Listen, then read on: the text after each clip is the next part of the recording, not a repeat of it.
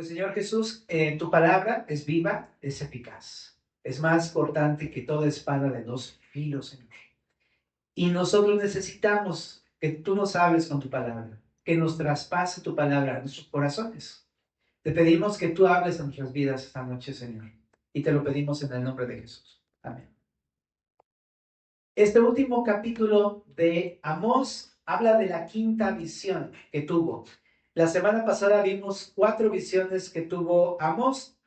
No sé si por ahí recuerdas, ¿verdad? Pero vimos la visión de las langostas, la visión del fuego, la visión de la plomada y también vimos la visión de la fruta, ¿verdad? ¿Te acuerdas del canastillo de fruta? En esta semana nos toca ver la última visión de este libro, en donde ve al Señor en el altar, ¿ok? Estamos ubicados en el templo de Jerusalén. Así es que vamos a comenzar nuestra lectura. Dice en el capítulo 9, verso número 1, dice así: Vi al Señor que estaba sobre el altar y dijo: derriba el capitel y estremezcanse las puertas y hazlos pedazos sobre la cabeza de todos. Y al postrero de ellos mataré a espada. No habrá de ellos quien huya ni quien escape. Aunque cavasen hasta el cielo, de allá los tomará mi mano. Y aunque subieren hasta el cielo, de allá los haré descender. Si se escondieren en la cumbre del Carmelo, allí los buscaré y los tomaré. Y aunque se escondieren de delante de mis ojos en lo profundo del mar, allí mandaré a la serpiente y los morderá. Y si fueren en cautiverio delante de sus enemigos, allí mandaré la espada y los matará. Y pondré sobre ellos mis ojos para mal y no para bien. El Señor Jehová de los ejércitos es el que toca la tierra, y se derretirá, y llorarán todos los que en ella moran, y crecerá toda como un río, y mermará luego como el río de Egipto. Él edificó en el cielo sus cámaras y ha establecido su expansión sobre la tierra. Él llama las aguas del mar y sobre la faz de la tierra las derrama. Jehová es su nombre. Es la primera sección. Y de lo que nos habla esta sección es del juicio ineludible de Dios. ¿Sobre quién? Sobre el pueblo de Israel, el reino del norte. ¿Ok? Y básicamente está anticipando el juicio de este pueblo en manos de los asirios. Recuerda que estamos ubicados todavía un siglo antes de la cautividad babilónica en la cautividad asiria. ¿Okay? Que ocurrió más o menos en el año 700 a.C. ¿Okay? Eso está un siglo antes de la cautividad babilónica. Pero Amós comienza con esto. Anuncia el juicio sobre la nación de Israel mediante este ejército, y el lugar donde comienza el juicio es en el templo. ¿Okay? Aquí hay hay dos posibilidades, ¿verdad? Uno, que sea el templo de Jerusalén, ¿verdad? Pero como estamos viendo que es el cautiverio de la parte del norte, probablemente se refiera al altar del templo del norte, porque los del norte hicieron una copia del templo de Jerusalén en la parte del norte. Era un falso templo, ¿te acuerdas? Con un falso sistema de sacerdocio, con falsos sacerdotes, etc. Entonces, probablemente se refiere a este lugar porque va a hablar acerca de la destrucción de Asiria, ¿ok? No estamos todavía hablando de la destrucción del pueblo de Judá en el sur. Bueno, pero son opiniones, ¿verdad? Ahora, dice aquí que va a derribar el templo sobre ellos. Veamos cómo el Señor le dice, ¿no? Derriba el capitel. ¿Qué es el capitel? Es una parte que va arriba de las columnas, que es como una especie como de adorno. Ajá. Y lo que dice es derriba el capitel. Y entonces dice, estremezcanse las puertas y haz los pedazos sobre la cabeza de todos. Está diciendo que está derribando sobre ellos el templo. Y aquellos que alcancen a sobrevivir, ¿no? De los que van a ser aplastados, ¿no? Los que alcanzan a salir de ahí y sobrevivan van a ser perseguidos y muertos a espada. Pues comienza dando este juicio en contra principalmente de los líderes religiosos de esta parte del norte, ¿no? A decir, pues los sacerdotes de la parte del norte, ¿ok? Y Amós usa imágenes para decir, nadie se va a escapar, va a ser ineludible el juicio. Dice, aunque se escondan en el Seol, en el cielo, en el Carmelo o en el mar. No van a escapar. Son 4 imágenes que ponen, ¿verdad? Cuando habla acerca del Seol, ¿a qué se refiere? En la cultura judía, ellos creían en un lugar donde iban los muertos, ¿ok? Es parte de la cultura, ¿ok? La Biblia registra esta como creencia de los judíos, ¿no? Pero en alguna ocasión te dije, no sabemos exactamente si realmente existe ese lugar, simplemente que era de la cultura judía, porque de alguna manera trataban de explicar a dónde iban los muertos, ¿ok? Pero dicen, aunque se fueran de ese lugar del Seol, que significaba el lugar de los muertos, ahí los va a alcanzar el Señor. No van a escapar. También dice, aunque vayan al cielo, ¿no? Aunque suban hasta el cielo, dice ahí, de allá los haré descender. Me recuerda mucho a Apocalipsis, ¿no? En el libro de Apocalipsis, donde dice que Satanás es echado en el capítulo 12 del cielo a la tierra. Básicamente nadie se puede esconder del Señor, ni siquiera los ángeles, ¿verdad? También dice aquí, si fueres a la cima del Carmelo, el Carmelo era el monte más alto de la parte del norte, ¿ok? Porque obviamente en el sur también hay varios montes, ¿verdad? El monte donde está Jerusalén es bastantito alto. O sea, si has visto por ahí en Google algunas imágenes, vas a darte cuenta que está entre montes y está alto. Pero el Carmelo también estaba en la parte del norte y era el más alto de toda la región. Y dice, aunque te escondes allí, ¿no? En otras palabras, aunque busques una fortaleza donde esconderte, no vas a escapar. Y también dice, aunque vayas al fondo del mar, ¿no? Y en un sentido metafórico podría llegar a referirse a las naciones, pero aquí la idea es, donde te escondas no vas a escaparte del juicio. Ahora, esto, por supuesto, habla del ejército asirio. El ejército asirio iba a llegar a invadir por completo toda la parte del norte y nadie iba a escapar. Esto ocurrió, te digo, en el año 700, alrededor de, ¿verdad? Nadie iba a escapar, un pequeño remanente solamente, ¿no? Bueno, pero, ¿sabes? Esto también proféticamente, porque Amós es un libro de profecía, apunta al juicio final. En el juicio final tampoco nadie escapará. Ya leímos alguna vez Apocalipsis aquí, en Xochimilco, y nadie va a escapar. Entonces, ¿sabes? Me pongo a pensar en esto, ¿verdad? Nadie va a escapar del juicio de Dios, ¿ok? O sea, uno de repente, aunque uno llegue a pensar, no, yo no creo en eso, ni así te vas a escapar del juicio de Dios, ¿sabes? Todos van a presentar de alguna u otra manera, ya sea como creyentes o como incrédulos, delante de Dios. Todos van a presentarse delante del Señor, ¿verdad? Pero mayormente aquellos que no creen en Jesús van a enfrentar el castigo divino, de ser echados en el lago de fuego, en el infierno, si es que no creyeron en Jesús. Ahorita lo vamos a ver. Nadie se va a escapar de esto. Ahora, y el que lo está diciendo es Amós, pero realmente el autor de esas palabras es el Señor, verso 5, Jehová de los ejércitos. ¿Mm? Es interesante que se llame aquí Jehová de los ejércitos, o su nombre sea así, porque habla acerca de que aunque muchos ejércitos se le enfrenten, en Apocalipsis lo vemos en la batalla de Armagedón, por ejemplo, o en la batalla final después del milenio, de todas maneras están enfrentando al Señor de los ejércitos. Nadie va a poder hacerle frente a un Señor de esta categoría. Dios, es soberano y con este poder puede ejercer juicio sobre todas las personas. ¿Ok? Bueno, y ahí viene un poquito acerca del poder de Dios, ¿no? La descripción de su poder. Él creó en Génesis la expansión de los cielos, él dice aquí llama las aguas del mar sobre la faz de la tierra y las derrama, o sea, el que hace que llueva, a fin de cuentas, el soberano es Dios. Bueno, pero entonces, él lo puede hacer porque tiene la potestad de hacerlo, él tiene el poder, la autoridad para hacerlo. Nadie va a escapar. Pero sigamos con el texto en el verso número 7. Hijos de Israel, ¿no me sois vosotros como hijos de etíopes? Dice Jehová. ¿No hice yo subir a Israel de la tierra de Egipto y a los filisteos de Caftor y de Kir a los arameos? Bueno, ¿qué quiere decir con esto? ¿No? Ya que le está diciendo al pueblo de Israel, no van a escapar del juicio, empieza a decir esta pregunta bien como interesante. Dice, ¿no me sois vosotros como hijos de etíopes? ¿Qué quiere decir esto? Que el Señor ha juzgado a otros pueblos, ¿ok?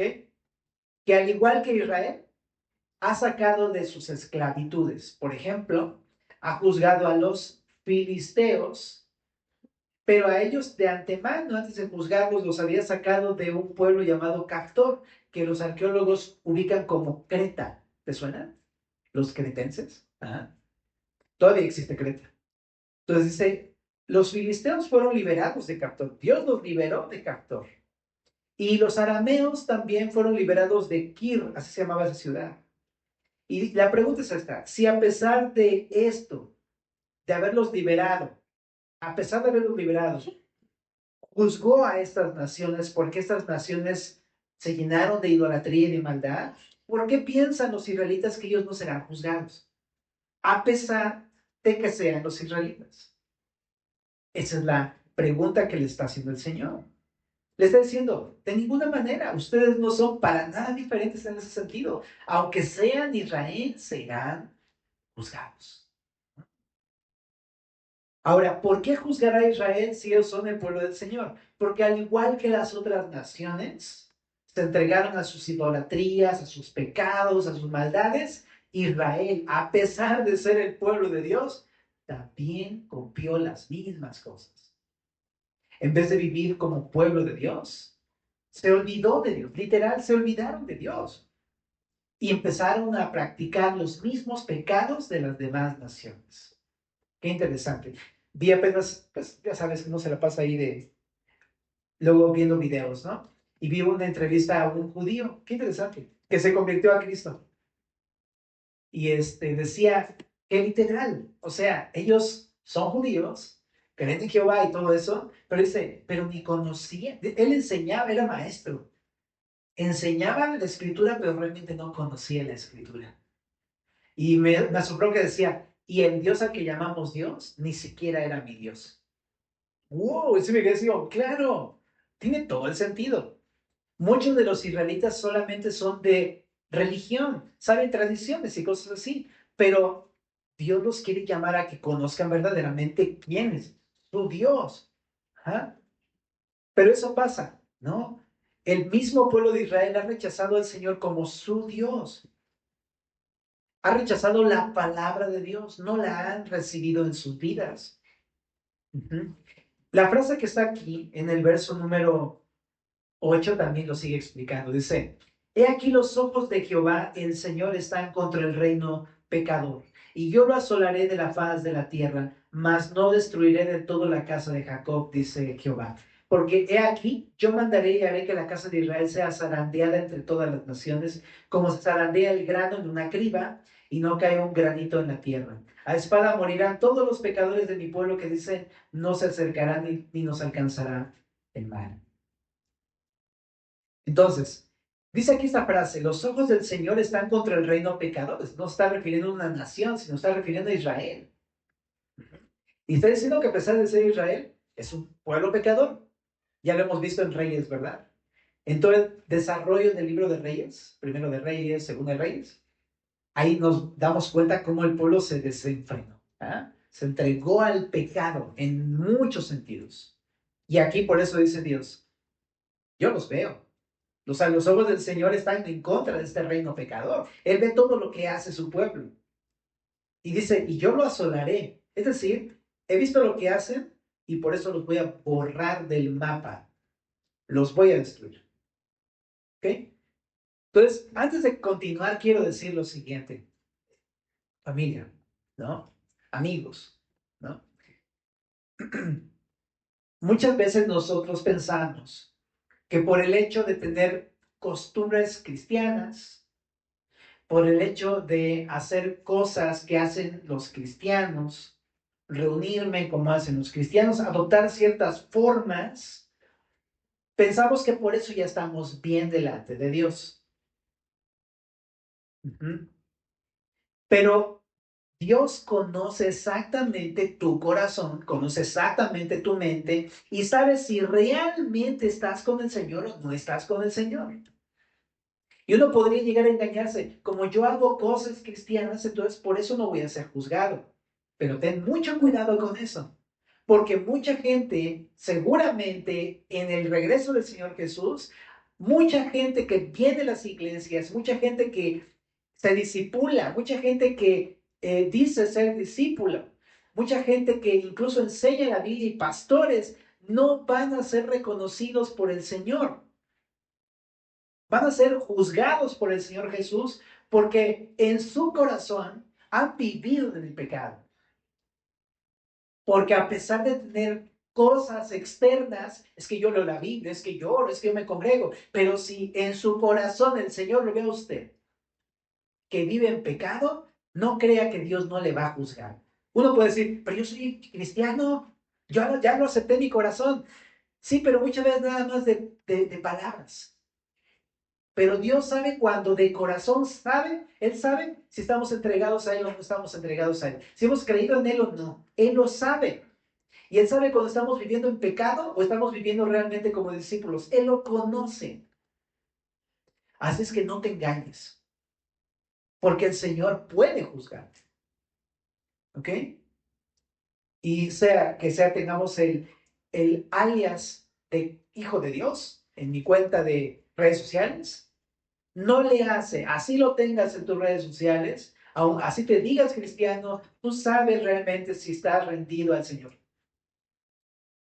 Entonces sí quiero hacer una invitación. Si tú reconoces que está pasando esto en tu corazón, hoy es el día en que el Señor abre la puerta para perdonarte, pero quiere que lo hagas de corazón, no como una religión externa, de afuera. Él quiere que lo hagas de corazón, delante de Dios, no delante de los hombres solamente, es delante de Dios, sabiendo que es delante de Él con quien le voy a entregar las cuentas.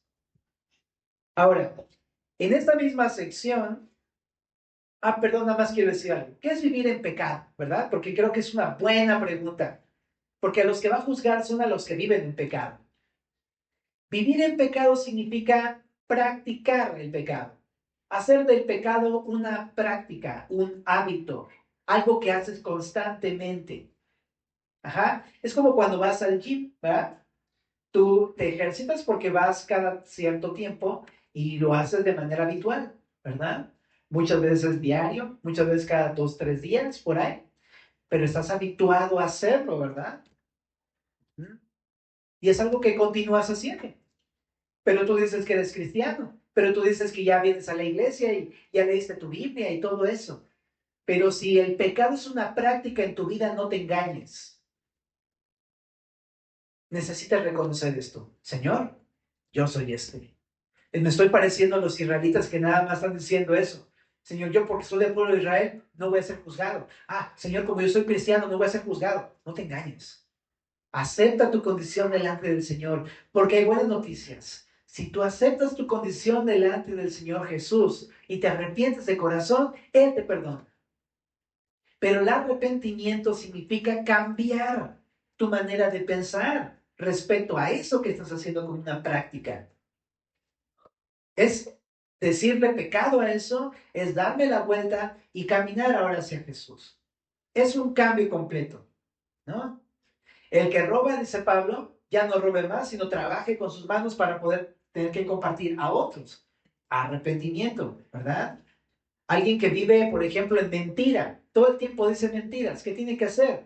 Pues ahora empezar a hablar la verdad. Arrepentimiento. Si no ayudas ni al pobre, ni a la viuda, ni al huérfano, ni al necesitado, no te importa la gente, el arrepentimiento se trata de ahora de voltear hacia ellos, porque Dios quiere que vayamos hacia allá y empezar a ver por otros también, comenzando por tu familia. Y así podemos ir con muchos ejemplos de arrepentimiento, pero eso es arrepentimiento. Ahora, dice aquí en esta sección que el Señor cuando haga el juicio va a zarandear a su pueblo. ¿De qué habla? ¿No? Algunos piensan que eso de zarandear habla de que, ya sabes, ¿no? Como cuando te despierta, ¿no? ¡Órale! ¡Despierta! Te estoy hablando. En cierto sentido, sí. Porque muchas veces estamos dormidos y no estamos realmente escuchando lo que Dios nos está diciendo. Imagínate que el Señor venga mañana y estás dormido. A veces nos necesita sacudir para que el día que llegue Jesús estemos completamente despiertos y preparados a su llegada. Pero al decir por la imagen que está poniendo, parece ser que más bien se refiere a, dice, a una zarandeada de una criba. Yo pensé mucho en esta imagen de un albañil, ¿verdad? ¿Has visto que los albañiles tienen su malla criba? Ajá.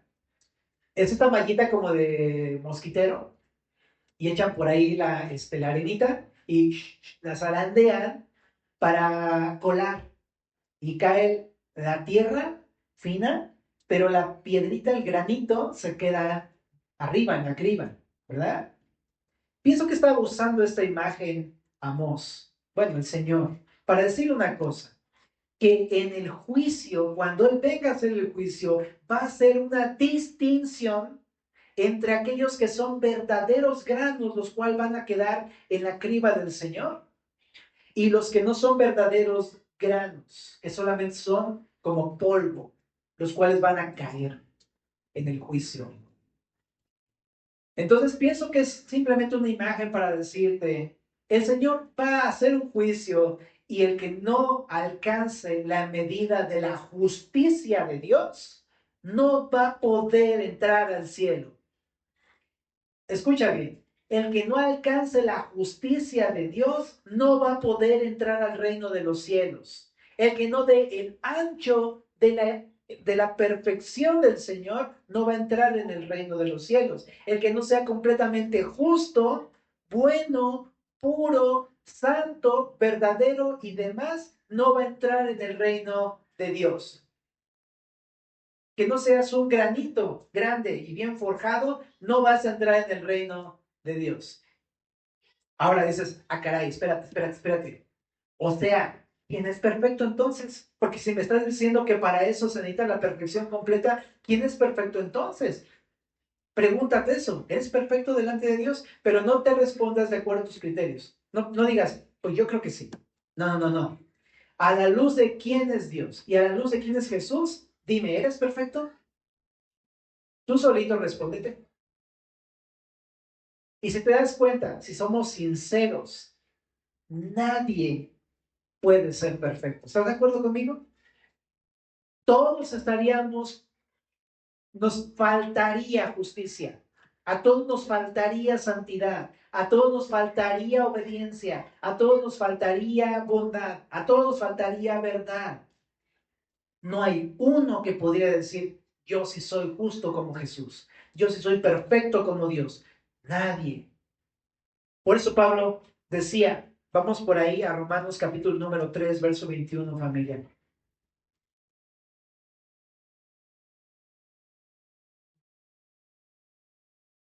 Muchas veces las personas se esfuerzan por tratar de ser buenas personas, pensando que tratando de ser buenas personas te vas a convertir en una persona 100% buena. Pero no hay un Señor bueno. Aquí en la tierra, hablo de personas, no hay personas buenas. Pero nos encanta hacernos a la idea que sí podemos. Y no es así. Fíjate lo que dice aquí en Romanos 3, en el verso 19, dice, pero sabemos que todo lo que la ley dice, lo dice a los que están bajo la ley para que toda boca se cierre y todo el mundo quede bajo el juicio de Dios, ya que por las obras de la ley ningún ser humano será justificado, hecho justo delante de ninguno, porque por medio de la ley es el conocimiento del pecado.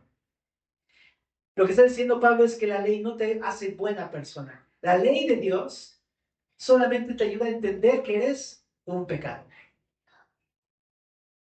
Pero por más que tú leas la Biblia, eso no te va a convertir a ti en una persona buena. Para nada. Todos están bajo el juicio de Dios. Todo el mundo debe quedarse mudo delante de Dios. No va a haber alguien que llegue con Dios y le diga, yo sí. No, mudo. Nadie va a poder decir nada. Y en el verso 21 dice, pero ahora, fíjate que me encantan estos peros, estos más, sin embargo, de la Biblia, porque dice, pero ahora, aparte de la ley, se ha manifestado la justicia de Dios, testificada por la ley y por los profetas, la justicia de Dios por medio de la fe en Jesucristo, para todos los que creen en Él, porque no hay diferencia por cuanto todos pecaron y están destituidos de la gloria de Dios, siendo justificados gratuitamente por su gracia mediante la redención que es en Cristo Jesús, a quien Dios puso como propiciación por medio de la fe. en su sangre para manifestar su justicia. Lo que está diciendo aquí en este pasaje es que hay una forma en cómo sí puedes alcanzar el ser visto por Dios como una persona justa. Y aquí dice Pablo, ¿cómo? Dice, no es por tu justicia, sino que cuando tú depositas tu fe en Jesús, Él te regala su justicia, te imputa su justicia, te otorga su justicia, de manera que a pesar de ser pecadores, te ve como el justo Hijo de Dios. Ve a Jesús en ti, el cual es justo, perfecto, bueno, etcétera. Qué interesante, es como un intercambio, ¿te das cuenta? Como un intercambio. Yo siendo pecador, Él toma mi pecado y lo paga en la cruz y a mí me regala su justicia. Y a partir del día que yo creí en Jesús de corazón, entonces Dios me ve como una persona justa, buena, que ha cumplido el 100% de la ley. Pero no nosotros, es Cristo en nosotros. ¿Ah? Entonces, ¿qué es lo que te quiero decir, familia? Para ser un grano verdadero de aquellos que se quedan en la criba del Señor, necesitas depositar tu confianza en Jesús. Eso es lo único que pide el Señor, que deposites tu confianza en Jesús, no en tus acciones, no en tus intentos, no en tus obras. No es eso. Es en Cristo. Y de esa manera el Señor te ve como un granito, ¿no? Como una roca. Qué interesante, ¿verdad? Porque así lo que dice la palabra en Pedro, que somos como piedras vivas, que edificamos el santo templo del Señor. ¿Verdad? Pero es así, familia, es la única manera. Entonces, si tú crees en Jesús, no vas a ser juzgado. Así de sencillo. Es una fe sencilla, pero es una fe genuina. Es una fe sencilla en Jesús, pero tiene que ser genuina en Jesús y solamente en Él. ¿Ok? Ahora, este asunto de la distinción no es un asunto solamente de Amós. Puedes checarlo en casa porque la verdad hay demasiada tela donde cortar. Pero está la parábola del trigo y la cizaña en Mateo 13:24. Y ahí dice, pues sí, hay personas que son cristianas como el trigo, ¿ah? Y hay personas que no son cristianas como la cizaña, se parecen mucho, pero al fin de cuentas, cuando venga la siega, entonces vas a darte cuenta quiénes son y quiénes no son. Bueno, el Señor es el que los va a identificar. Pero en un momento, cuando Él venga, va a identificar quiénes son y va a echar el trigo en su granero y va a identificar quiénes no son, la cizaña, y los va a arrojar al fuego. Castigo eterno. Ahora, en Mateo 13:47 también está la parábola de la red, donde dice que el reino de los cielos como una red, que el Señor un día va a venir y va a sacar todos los peces y va a escoger lo bueno y va a separarlo de lo malo. Es lo mismo, la distinción en el juicio. Y también en Mateo 25:31 habla de acerca de las ovejas y los cabritos. En la iglesia incluso, ovejas y cabritos. Y va a llamar a cuentas a toda la iglesia y va a decir, esta es oveja, esta es mi oveja, este es un cabrito. Y van a ser castigados los cabritos y las ovejas van a ser llamadas en el rebaño del Señor. Entonces, la única forma de ser trigo, de ser granito, de ser oveja, de ser parte de un buen pez que escoge el Señor, es creyendo en Jesús, nada más.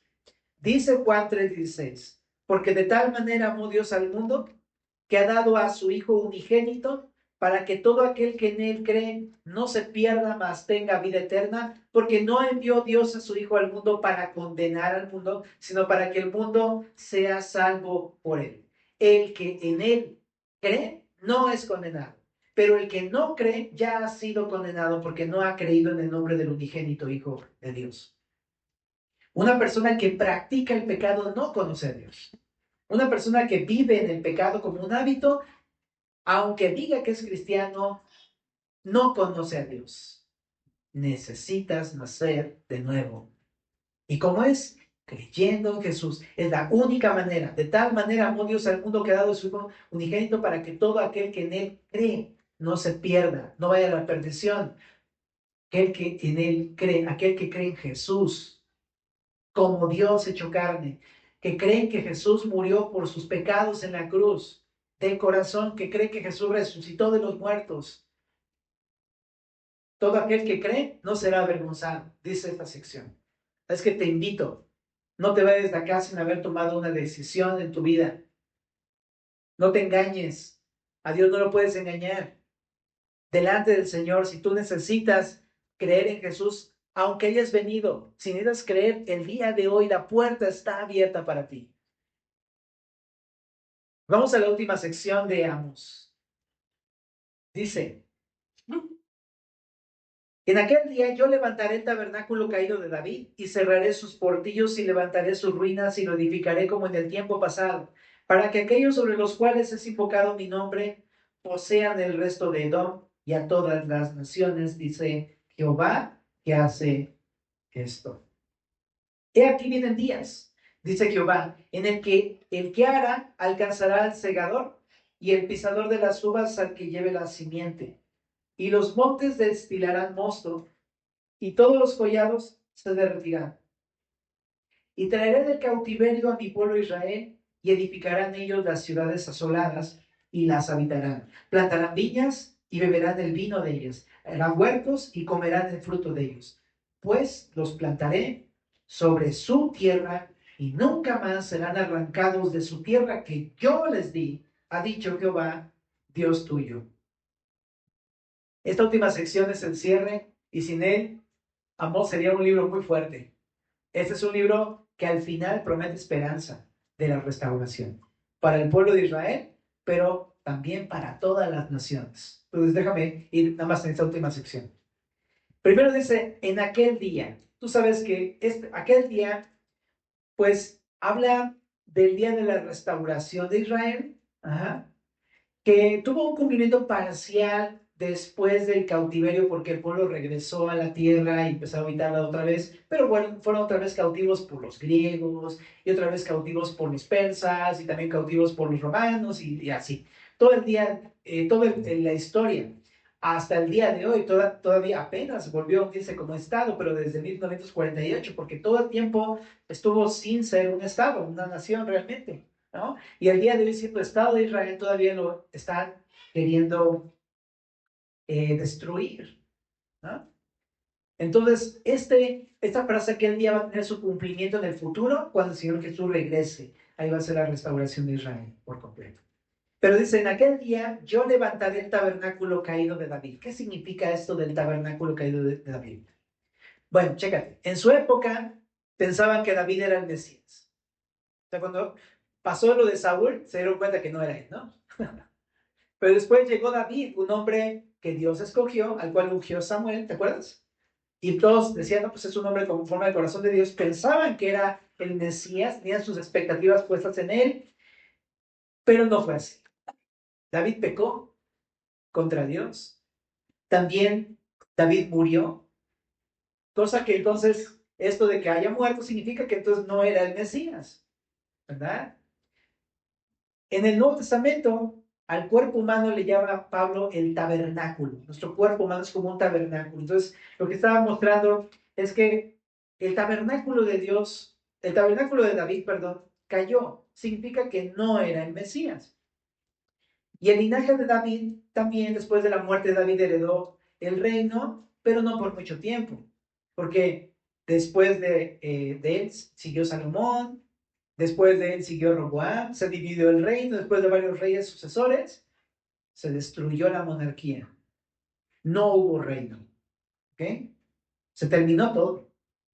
Y el Mesías aún no ha venido. O sea, después de toda la época de los reyes. Entonces, cuando menciona que Dios levantará el tabernáculo caído de David, probablemente esté anunciando la llegada del Mesías, de un nuevo David. Así le llama al Mesías en el Antiguo Testamento, en el Salmo 89. A el Mesías que habría de venir le llama David, pero no es el mismo David, ¿ok? Sino que es un nuevo David. Pero también en el Nuevo Testamento lo identifica claramente. Ese Mesías es Jesucristo, ¿verdad? Y también anticipa la obra de Jesús, porque aquí dice, levantaré el tabernáculo caído de David. Está prediciendo la muerte y resurrección de nuestro Señor Jesucristo, porque Él sería levantado de entre los muertos. Y también no solamente Él sería como persona levantada entre los muertos, sino que también su reino sería inaugurado, por así decirlo. ¿Verdad? Sería levantado, inaugurado. Porque a partir de la resurrección de Jesús, comenzó el reinado del Mesías. Todavía no de una manera consumada en el mundo, aunque pronto, pero sí en el corazón de cada creyente. Porque cada creyente le ha recibido como su Señor. Y permite que Jesús reine como rey real en su vida. Por eso es que a eso se refiere el levantamiento del tabernáculo caído de David. La llegada del Mesías, la resurrección del Mesías y la inauguración del reino mesiánico. ¿Ok? Ok. Bueno, y en base a ese levantamiento del tabernáculo caído de David, es decir, del Mesías, su resurrección y el comienzo de su reinado, van a comenzar la restauración de todas las cosas, incluyendo al pueblo de Israel. Y de eso habla el verso 12, 13, 14 y 15. ¿Ok? Es en base a Cristo que todas las cosas serán restauradas. Muy bien. Y a decir, para que se entienda más sencillo, esta era inicia con la resurrección de Jesús y empezó con la llamada era de la iglesia. ¿Okay? Ahí empezó. Cada creyente en Jesús llega a formar parte de la iglesia y ese es el nuevo reino de Jesús. ¿Ah? Es el reino de Jesús. Dios va a permitir no solamente que judíos o israelitas puedan pertenecer al reino de Dios, sino que va a permitir, según en el verso número 12, que cualquier persona que invoque su nombre pertenezca al reino de Dios. Está muy interesante este verso número 12. Este versículo, para que se entienda mejor, lo vamos a citar en Hechos, capítulo número 15, en el verso número 13. Este versículo lo citó Jacobo, el medio hermano del Señor Jesús, en el concilio de Jerusalén. Y te voy a poner el contexto, pero si quieres ver para allá en Hechos 15. Resulta que Pedro había entrado en la casa de gentiles, cosa inimaginable para un judío. No se mezclaban con los gentiles. Para ellos era como animales. No tenían posibilidad de pertenecer al reino de Dios, al pueblo de Dios, ni siquiera tener al Espíritu de Dios nada que ver. No teníamos ninguna posibilidad. Pero Jesús le aparece a Pedro y le dice, hey, Pedro, ¿ves este lienzo lleno de animales inmundos? Pues mata y come. No, Señor, yo nunca he comido un animal inmundo. Y se repitió la visión 3 veces y después Pedro entendió que se refería a los gentiles. Entonces va a la casa de Cornelio. En la casa de Cornelio, que es gentil, va y ve cómo el Espíritu Santo, cuando él estaba predicando, cae sobre los gentiles. Y entonces se queda totalmente impactado. Imagínate el shock de Pedro y los que iban ahí con Pedro, viendo que Dios había también abierto las puertas a los que no son judíos, a los gentiles, para poder entrar al reino de Dios, para poder pertenecer al pueblo de Dios y que pudieran tener el Espíritu de Dios. Completamente, es la noticia del milenio, de los milenios. Dios abrió la puerta a los gentiles. Entonces, esto lo cita Jacobo en el concilio porque estaban peleando. No, es que se tienen que circuncidar para ser salvos, tienen que guardar la ley para ser salvos. Y estaban peleando, ¿no? Y querían imponerles cargas pesadas a los de la iglesia. Y entonces llegó Pedro y da un discurso y luego llegó Jacobo y remató con este versículo. Dijo Jacobo en Hechos 15:13. Y cuando ellos callaron, Jacobo respondió diciendo, varones hermanos, oídme. Simón, o sea, Pedro, ha contado cómo Dios visitó por primera vez a los gentiles para tomar de ellos pueblo para su nombre. Y con esto concuerdan las palabras de los profetas, como está escrito. Después de esto, volveré y reedificaré el tabernáculo de David que está caído, es lo que estamos leyendo. ¿Eh? Y dice, y repararé sus ruinas y lo volveré a levantar para que el resto de los hombres busque al Señor y todos los gentiles sobre los cuales es invocado mi nombre, dice el Señor, que hace conocer todo esto desde tiempos antiguos. Por lo cual yo juzgo que no se inquietan los gentiles que se convierten a Dios. Lo que Jacobo, y no me interesa ahorita mucho ahondar en todo esto, pero esta es la versión de la Septuaginta, es la versión griega del Antiguo Testamento en hebreo.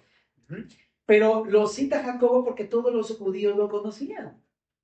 Era muy claro lo que decíamos, todos lo conocían. Y cuando dijo esto Jacobo, todos se callaron porque se dieron cuenta que efectivamente estaba predicho que Dios habría de elegir a los gentiles también. Qué cosa tan más maravillosa. Y después de eso todos dijeron, de acuerdo, no le vamos a imponer carga, ¿no? Solamente algunas cosas para que nos llevemos bien, pero ya, y listo. Se acabó el concilio, quedó en una aceptación completa para aquellos que son ajenos al pueblo judío, pero que son parte del pueblo de Dios por la fe en Jesús. ¿Eh? Entonces, ¿qué es lo que quiero decir con todo esto? ¿No? Lo que está diciendo Amós es que después de la resurrección comienza la era de la iglesia, mediante la cual va a comenzar una época de restauración en todo el mundo. Qué interesante que no inicie con su pueblo, sino que inicie con las naciones, con aquellos que forman parte de las naciones, pero que hemos creído en Jesús. Y eso comienza a ser una realidad en tu vida y en la mía si creemos en Jesús. ¿No te das cuenta que cuando crees en Jesús empieza a Él a cambiar todas las cosas? Lo que tú habías destruido y deshecho y echado a perder, todo lo empieza a restaurar. Es una nueva vida, transformación espiritual sobrenatural. Una nueva vida, nacido de nuevo, una nueva criatura hecha según Dios. Todo eso lo hace Dios, eres una nueva persona. Y no solamente eso, por lo que estamos leyendo del verso 13, 14 y 15, estos son los frutos de la iglesia. Es decir, en el verso número 13 dice, he aquí vienen días, dice Jehová, en el que ara alcanzará el segador y el pisador de las uvas al que llevará simiente. Es decir, va a haber tanto fruto en la restauración que apenas van a estar cosechando cuando ya de repente empiezan a brotar otros frutos. Y eso es lo que pasa en la vida de un creyente en Cristo, que de repente empieza a tener tanto fruto que dices, wow, o sea, está bien una cosa y luego viene otra, y luego viene otra, y luego viene otra. No paras de dar fruto. Es como este Salmo 1, el árbol plantado junto a corrientes de aguas que da su fruto en su tiempo, su hoja no cae y todo lo que hace prosperará. ¿Verdad? Y lo ves así y dices, órale. Obviamente hay tiempos como que de espera, pero en la vida damos fruto. También dice aquí en el verso número 13, los montes destilarán mosto, o sea, vino dulce, y todos los collados se derretirán. Habla de, el vino no era probablemente como lo conocemos para embriagarse, sino más bien una como especie como de bebida refrescante de aquel tiempo. ¿Ah? Pero el punto es que iba a traer, eso lo que hacía es que pues de alguna manera te refrescaba, pero también te podía desintoxicar. Ajá. Pero está hablando un poquito de manera, o sea, si lo vemos de esa manera, pues evidentemente llega el Señor Jesús y te empieza a purificar, ¿no? Y también habla un poco de la comunión, porque cuando tomamos la copa del Señor, estamos recordando la muerte del Señor, estamos haciendo comunión con Él y todo eso, ¿sabes? Ahora en el verso 14 dice, traeré del cautiverio mi pueblo de Israel, y edificarán ellos las ciudades asoladas, las habitarán, plantarán viñas, beberán del vino, harán huertos, comerán del fruto de ellas. Está hablando acerca de una reedificación, y eso es lo que pasa en la iglesia. Creamos en el Jesús, en el Señor Jesús, y empezamos a ser edificados como casa espiritual para ofrecer sacrificios espirituales aceptables a Dios.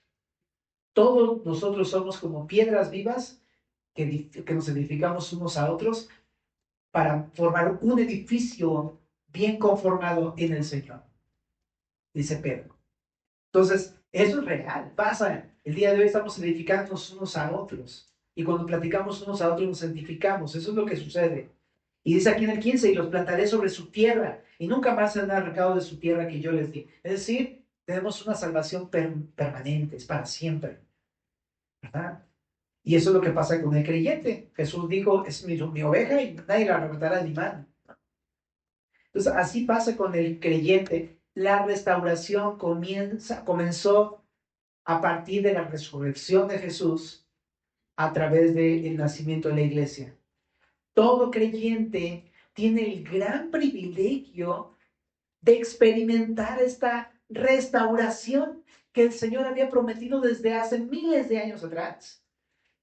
Y que chécate, ni siquiera el día de hoy ha sido algo que los israelitas, el mismo pueblo de Dios, haya experimentado el día de hoy, al menos como nación, porque de manera individual por ahí hay algunos judíos que ya se convirtieron a Cristo. Pero quiero decir esto, que increíble. O sea, muchas veces menospreciamos la restauración del Señor porque no nos damos cuenta que es un privilegio que nosotros jamás hubiéramos alcanzado llegar a tener. Jamás. Éramos ajenos al pueblo de Dios, ajenos a las promesas. ¿Qué decir de la restauración de tu vida, bro? Estamos destinados a ser como langostas, ¿no? Como esos animales así, al lago de fuego, sin ninguna oportunidad. Gracias a Cristo, Dios abrió la oportunidad para ti y para mí.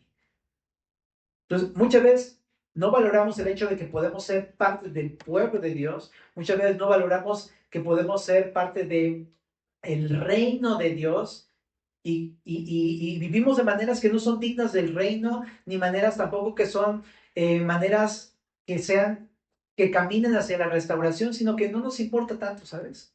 Y es bien triste ver esa situación.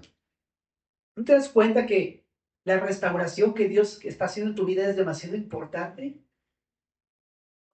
La menospreciamos, no hacemos nada por ser restaurados. Nada, ¿sabes? O el mínimo esfuerzo por ser restaurados, cuando es un privilegio que ni siquiera los israelitas tienen el día de hoy. ¿Te das cuenta que qué importante es entonces decir, ok, entonces si es así, debo de aprender a valorarlo y a trabajar en ello? Por eso Pablo dice, trabajemos en nuestra salvación con temor y con temblor, porque es algo que fue recibido a través del sacrificio de Jesús y que estaba muy lejos de nosotros, ¿no? Trabaja en esa restauración, colabora, deja que el Señor transforme tu vida, no te opongas, más bien únete al Señor. Y no solamente tu restauración personal, sino la restauración del pueblo de Dios, todos aquellos que hemos creído en Jesucristo. No podemos quedarnos así nada más. No hacerlo y no participar de esto es menospreciar ese gran regalo que el Señor nos ha dado. O trabajar, familia. ¿Ah? En el sentido de buscar ser restaurado, buscar andar, caminar bien delante del Señor, servir a otros hermanos, ¿no? Ahora, también algo interesante. Esta restauración aquí la podemos aplicar a la iglesia, pero ¿sabes? El hecho de que Dios nos transforme y nos restaure el día de hoy como la iglesia de Jesús está apuntando al hecho futuro de que Dios un día va a volver a restaurar su relación con su pueblo Israel. Y está bien loco porque antes nosotros veíamos a los israelitas diciendo, ay, ¿quién me diera para poder pertenecer a ese pueblo? Y ahora los judíos nos ven a nosotros diciendo, wow, yo también quiero eso. ¿Sabes? Un día Dios va por fin a restaurar su relación con ellos de manera total en el mundo, porque el pueblo de Israel un día va a reconocer a Jesús. Y familia, no es porque te dé un spoiler o algo así, pero ¿cuántas personas judías no se están convirtiendo el día de hoy a Cristo? Esto lo único que nos está anunciando es, viene pronto el juicio del Señor. Ya no tarda, ¿verdad? Y muchos gentiles están convirtiéndose al Señor porque ya está al alcance de todos el escuchar de Jesús, a todos. Entonces, ¿sabes? Esto anuncia la restauración de Israel en un futuro y va a hacer el Señor exactamente lo que ha hecho con nosotros como iglesia.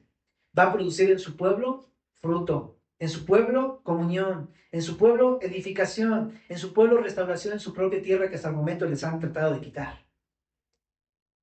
Qué increíble. Y al final termina con esto: los plantaré sobre su tierra y nunca más serán arrancados de su tierra que yo les di. Jamás dice, es mía, ¿verdad? Pero el Señor dice, no, es mi tierra y yo se las di a ellos, ¿verdad? Entonces, ¿sabes? Todo esto que me debe llevar a pensar. Me debe llevar a pensar lo siguiente, ¿no? Primero, necesito pertenecer al reino de Dios. Es por fe en Jesús y teniendo esta salvación y teniendo esta vida, este perdón de pecados y vida nueva que el Señor ofrece, necesito aprender a valorar y participar en su restauración en mi vida y en la de otros. ¿Verdad? Pues terminemos con una oración, familia. Cierra tus ojitos. Muchas gracias por tu palabra que tenemos delante de nosotros esta noche, Señor. Gracias por hablarnos al corazón. Y gracias por seguir edificándonos con ella, Señor, y afirmando cosas en nuestras vidas, nuestra fe, Señor. Ayúdanos a confiar en ti únicamente en la obra de Cristo, no en nuestras obras. Ayúdanos a despojarnos de toda esta basura que solamente estorba en la relación contigo. Ayúdanos a confiar plena, sencillamente y genuinamente en lo que tú hiciste en la cruz del Calvario, Señor. Te lo pedimos. Y también te pedimos que nos ayudes a valorar la restauración que nos has dado, que estás haciendo en nuestras vidas, y también colaborar para que esa restauración sea plena. Y no solamente nosotros, sino en los demás, Señor. Gracias.